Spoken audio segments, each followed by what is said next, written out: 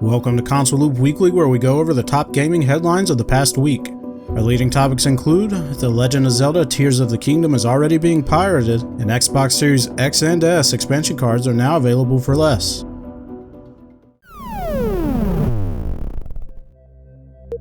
Xbox has announced a price drop on all three of the Xbox Series X and S expansion cards. The 512GB card will be going from $139 to $90, the 1TB from $220 to $150, and the 2TB from a whopping $400 to now only $280. To play current generation games on an Xbox Series X or S, you're required to install them to the internal SSD or purchase a proprietary Seagate expansion card.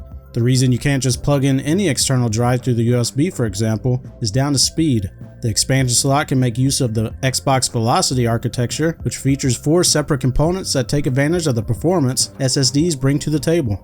Many voiced complaints when we learned that Microsoft decided to use a proprietary storage format, unlike the PlayStation 5, that allows you to use any NVMe M2 SSD with enough speed.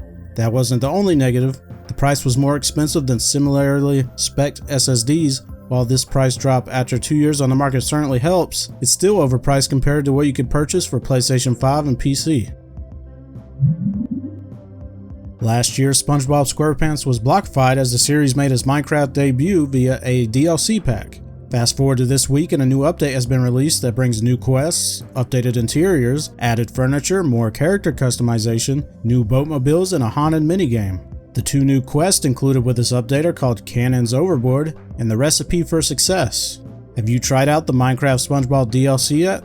I purchased it at launch and had some fun, but there wasn't much to do other than look at all the new character skins they added. If you're interested in this new update, I hear you get a free Patrick t-shirt for the character creator.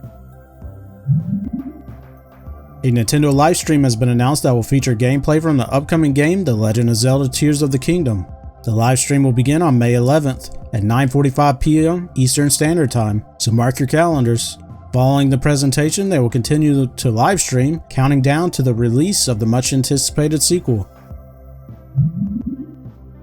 In what could be described as a plundering of the Triforce, The Legend of Zelda Tears of the Kingdom has found its way onto the web before launch.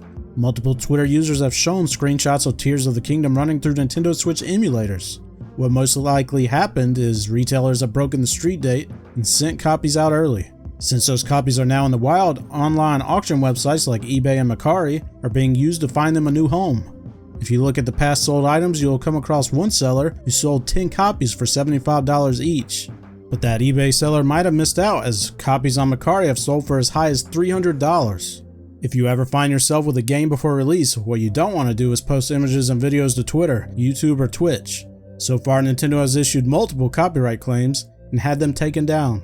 Some would claim the game leaking early as karma for Nintendo, who hasn't exactly done themselves any favors in the past few years, as many YouTubers have had their content copyright claimed for even referencing Nintendo games. Are you planning to pick up a copy of The Legend of Zelda Tears of the Kingdom, or has Nintendo pushed you away from the brand? That's the end of this weekly recap. Remember to follow ConsoleLoop on Twitter and subscribe on YouTube to help us keep you in the loop.